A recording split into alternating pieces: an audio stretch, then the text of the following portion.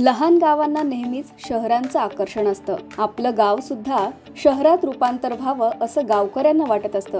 पण जनतेची ही स्वप्न तेव्हाच पूर्ण होतात जेव्हा विकासाचं व्हिजन असलेला नेता सत्तेत असतो।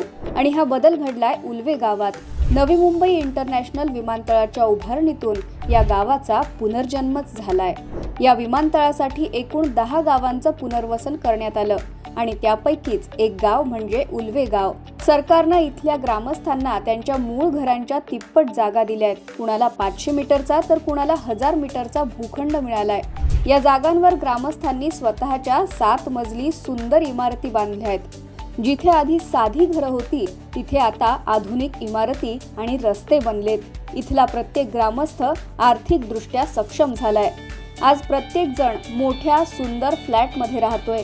नवी मुंबई इंटरनॅशनल विमानतळ हा देशातला पहिला असा प्रकल्प ठरलाय जिथे 100% पुनर्वसन यशस्वी झालंय।